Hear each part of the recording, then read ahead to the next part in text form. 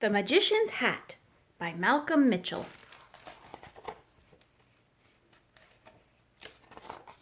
The Magician's Hat. Family Fun Day at the library was filled with exciting events.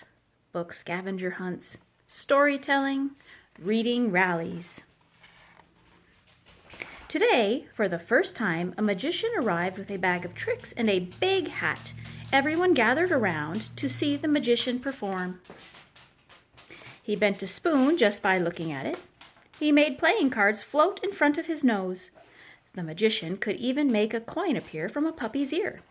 When he waved his wand, a banana vanished. This was just the warm-up act. Now the magician was ready to dazzle the crowd with his favorite trick of all. The magician's magic started with a story. When I was a kid, my mom and dad brought me to this library on Family Fun Day.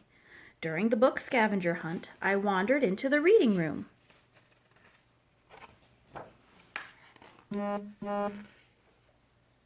There were hundreds of books. Books about dogs, books about planes, books about the sun, flowers, rain, cities, and circus dancers. Out of the hundreds of books, one special book jumped out at me. It was a book about magic. I read and read and read. Every single word on every single page. I discovered that book wasn't just about magic. I learned that books are magic.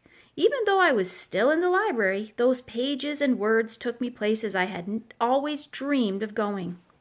This is how I knew I wanted to become a magician when I grew up. Soon after that, I got my magician's hat. The Family Fun Day crowd had grown. Kids from all over town were eager to see more of the magician's magic. He asked them, "What do you want to be when you grow up?" Amy shouted, "I want to be a dentist." The magician invited Amy to reach inside his hat. Amy dug deep, then deeper, until she felt something. It's a book," Amy shouted. The magician asked, "What is your book about?" "My book's about teeth, cleaning teeth and fixing teeth and x-rays."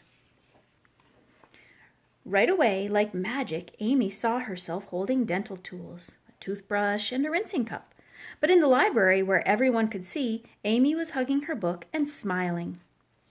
Matt had been watching closely. After seeing Amy's magic, he wondered, what else is in that hat? He called out, "I want to be a famous football player." And so the magician offered Matt his hat. "Let's see what magic you can find inside." Matt reached in. Way down, there was something that couldn't fit into just one hand. Matt plunged both hands into the hat and pulled. "It's a book about football. It even has my name on it." All at once, like magic, Matt was on the field, running, catching, tackling, punting, sometimes fumbling, sometimes falling. Lots of times winning.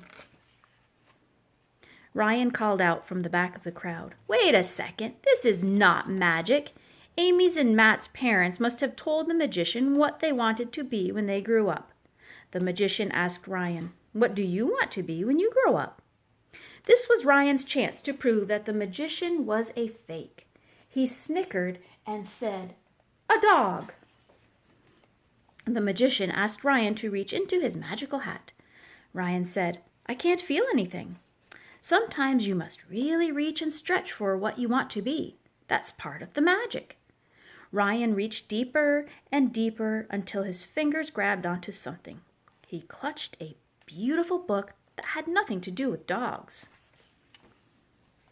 Its pages were filled with letters and paintings and photos and fold-outs, stars, planets, rocket ships. Ryan had always dreamed of becoming an astronaut and exploring the wide-open sky, hurtling into outer space and zooming to a far-off galaxy. "Whoa," whispered Ryan. "How did you do that?" "I am not doing anything," the magician said. "You are." "I am?" asked Ryan. "But there's got to be a secret trick in those books." "The desires that are within you bring out the magic in these books. Follow your dreams, and they will take you wherever you want to go." The magician turned his hat so everyone could see inside. What are your dreams?